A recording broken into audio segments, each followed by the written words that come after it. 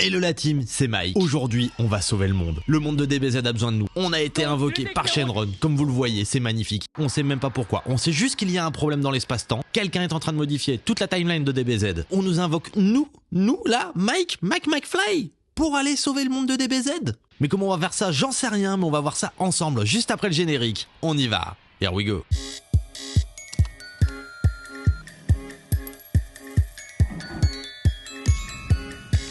On se retrouve dans l'univers de Dragon Ball Xenoverse. On incarne le personnage McFly. On vient d'être invoqué par Shenron grâce au vœu fait par Trunk. On se retrouve à Toki Toki, qui est un monde, un univers entre les mondes. Pour certains, vous reconnaîtrez un petit peu. Ça fait un petit peu penser à du SDBH. Quand on va voir la Kaioshin du temps tout de suite, on va comprendre. Mais ça, c'est pour après. On est parti pour ce premier épisode. Tout d'abord, la création du personnage. On recommence par le début. Je vous montre la création du personnage. On s'est fait un petit Saiyan. Vous voyez, on a différents choix, différentes races. Tout est plutôt sympathique. Mais nous, on veut un Saiyan. Une fois notre personnage fait, on est envoyé en ville. Et là, les péripéties commencent. Déjà, Trunks veut nous mettre au défi.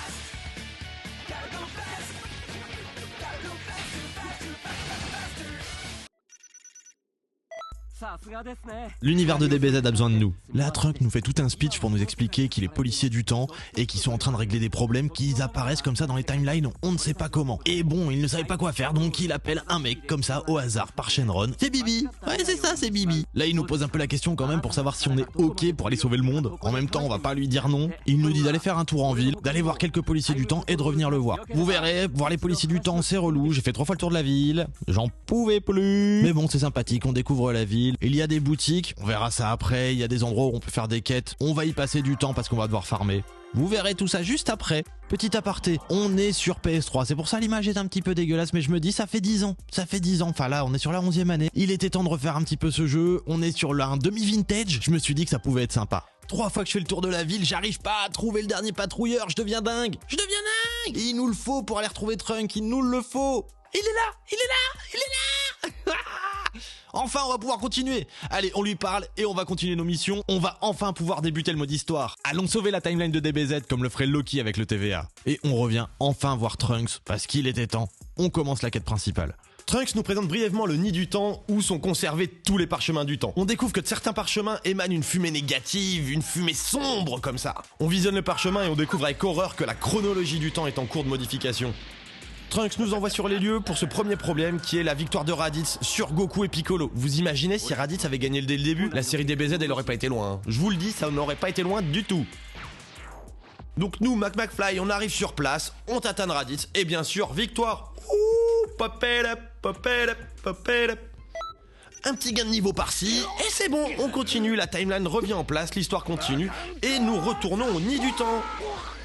Une fois les missions réalisées, les parchemins se purifient de leur énergie négative. Comme ça, on remet la timeline en place. En fait, c'est un peu le principe du jeu. On met notre personnage au niveau et go les quêtes parallèles pour tester ça. Enfin, pas tout à fait. D'abord, une quête didacticielle où on doit retrouver des objets, dégommer quelques Saibaman et Raditz. Rien de bien compliqué, on vient de le faire. Oui, je vous ai pas dit.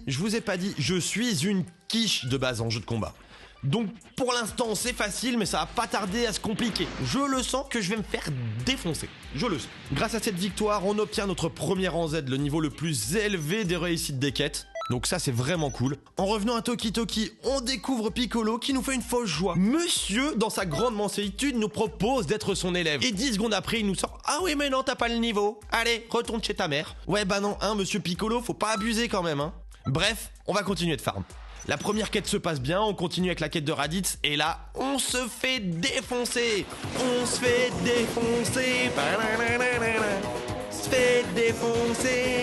Oui, pardon, j'ai encore la voix un petit peu déglinguée, hein, mais bon, vous savez, ça revient pas en 2 secondes. Flemme de recommencer, on repart sur la quête principale. Là on découvre que l'Arc Saiyan a été modifié, Vegeta et Nappa sont 10 fois plus puissants. Toute la Z-Team se fait défoncer, patrouilleur McFly au rapport. Let's go. On doit défoncer du Saibaman.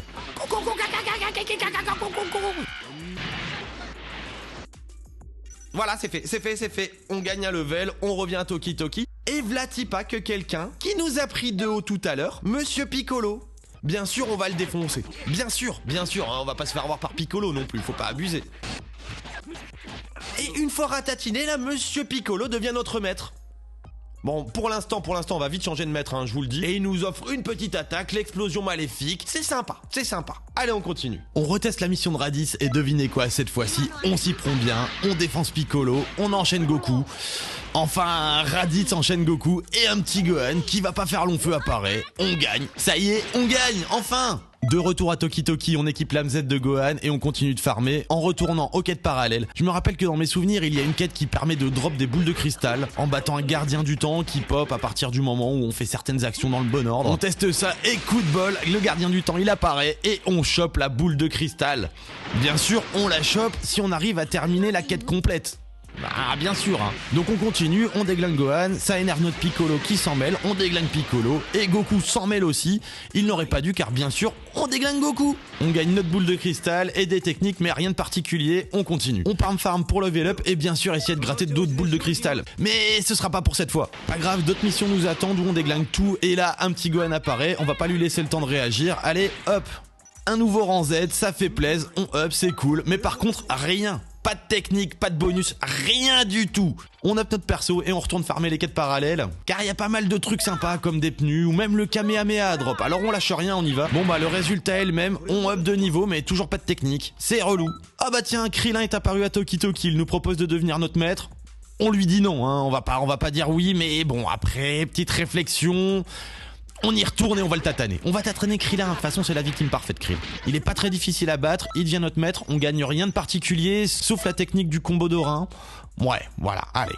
On retourne farm, car je veux ces boules de cristal. Mais je vous assure, on va bientôt retourner taper le mode histoire, parce que là ça commence à être relou de farmer. On récupère encore un bout de la tenue de Gohan, on équipe le bracelet au poignet, les chaussures pour l'instant on trouve pas ça super joli, donc on verra ça plus tard, et on peut le perso. On retourne au dit du ton, et on commence enfin réellement l'Arc Saiyan avec Nappa. Je vous le laisse en vitesse réelle, car ça va extrêmement vite. On a peut-être trop farm en fait, c'est peut-être ça le problème. Là on accélère un peu car il devient plus résistant.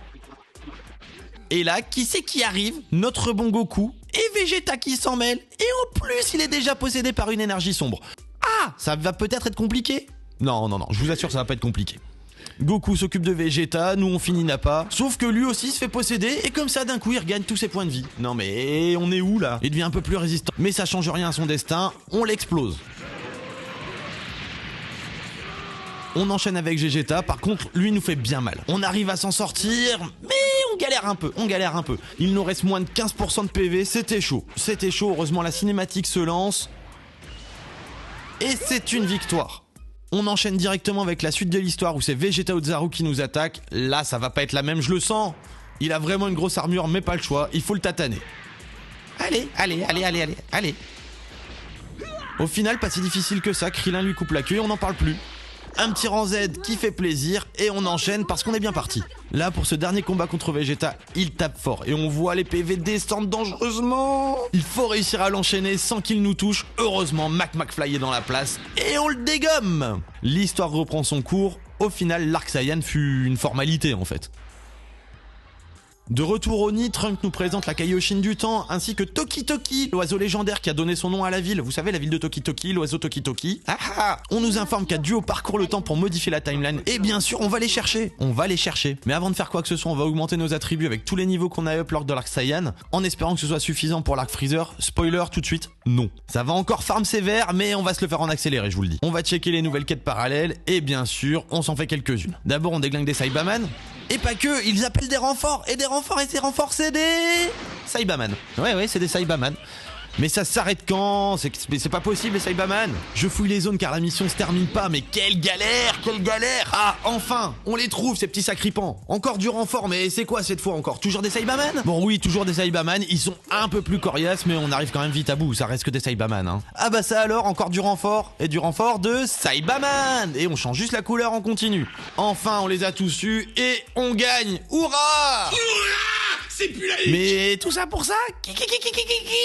Ah ouais, vive l'attaque quoi. Pour la peine, on va aller refarmer quelques quêtes plus sympas, on récupère de l'équipement, des tenues. Comme vous pouvez le voir, j'ai déjà équipé le pantalon de Goku. On veut le reste maintenant, on le veut.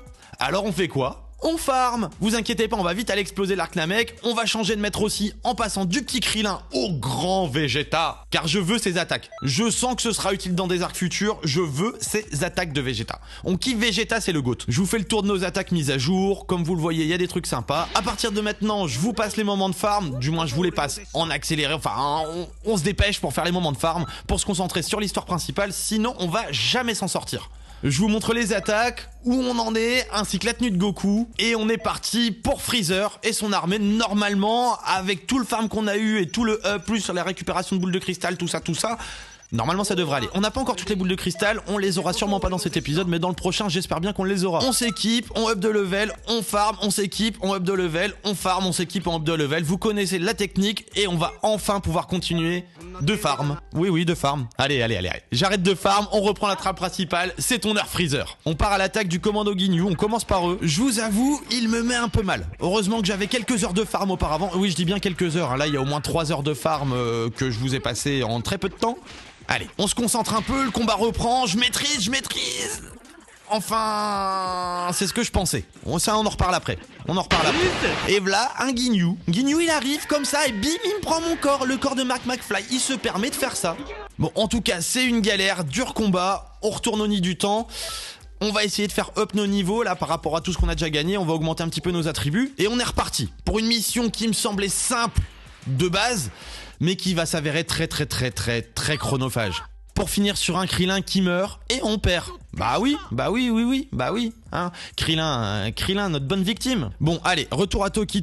On va aller affronter notre maître Vegeta pour gagner ses techniques, hein. Il tape fort. Il tape très fort. Il faut esquiver et taper au bon moment, ça passe, on obtient notre nouvelle technique qu'on équipe directement parce qu'on veut le monter tout en haut du rang maître. On veut sa technique principale. On veut le Super Saiyan 2.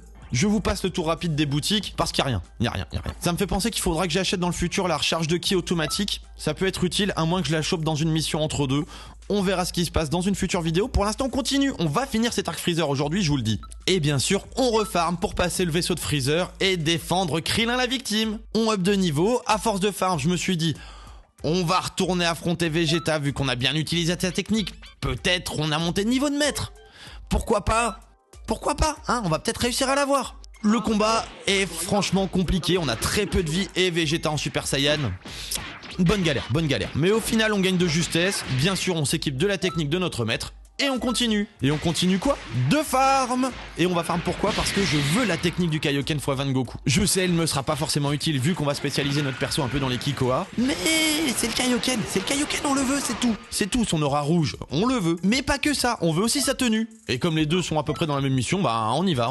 Je vous avoue, c'était laborieux. Mais quitte à devoir farm, autant faire des trucs sympas et gagner des trucs sympas. Hein. Enfin, on drop la technique, même si elle ne sera pas, comme je vous l'ai dit, forcément utile. On aurait préféré le Super Saiyan, mais on va essayer de la récupérer plus tard. Celle-là avec notre maître Vegeta et le Super Saiyan 2 comme je l'ai dit. Mais ça va être aussi une galère.